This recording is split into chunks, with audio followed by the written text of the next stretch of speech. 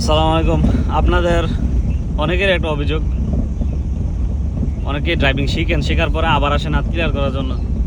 আয়সা বলেন যে ভাই অমুক জায়গা থেকে ড্রাইভিং শিখছি, হাত ক্লিয়ার হয়েছে না, তমুক জায়গা থেকে ড্রাইভিং শিখছি, হাত ক্লিয়ার হয়েছে না।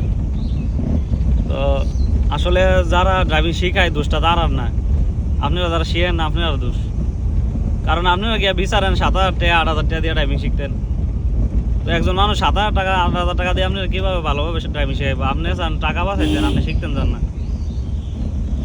তো যদি আপনি 10,000 টাকা 15,000 টাকা দেওয়ার পরে যদি আপনারা ভালো না শিখায়, তাহলে আপনি অভিযোগ করতে পারেন যে মুখের কাছে গেছি ড্রাইভিং শিখাইছে না, হাত ক্লিয়ার না করে নামাই দিছে, বাটফারি করছে। আসলে কি বাটফারি করেন আপনারা নিজেরা গিয়া নিজের ঠকেন। আপনার উদ্দেশ্য হচ্ছে 2,000 টাকা 3,000 টাকা বাঁচাইবেন। আসলে ভাই একজন ড্রাইভিং শিখাইতে গাড়ির গ্যাসের খরচ যায়, গাড়ি নষ্ট হয়, প্লাস করা গাড়ি নষ্ট হয়, গাড়ি যে ঠিক করতে যে খরচ যা সব গিয়া মিলে একজন থেকে বেশি টাকা টিকে না। তো আরেকজন কি আপনারা নিজে লস করে সেটা আপনি ড্রাইভিং শিখাইবেন? তো সম্পূর্ণ নির্ভর করে আপনার উপরে, আপনার ক্লিয়ার হইব না হইব।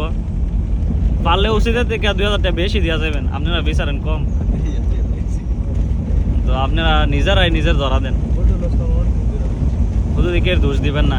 আমার কাছে আয়া অনেকের নাম কন যে অমুকের কাছে ড্রাইভিং শিখছি, হাত ক্লিয়ার করছে না। তো আপনি জাহাঙ্গীরে 7,000 টাকা শিখতেন, যার কাছে ডুয়েন আপনি 10,000 টাকা ডুয়েন, 15,000 টাকা ডুয়েন, দেন ভালো শিয়ানি। সবাই হেল্প রাখবেন জিনিসটা, টাকা বাঁচানোর উদ্দেশ্যে ঢুকবেন না। এটা আপনি ড্রাইভিংটা শিখবেন, শেখার পরে এটা দিয়ে আপনি ইনকাম করবেন। 10,000 টাকা বড় কথা না। ঠিক আছে, আসসালামু আলাইকুম।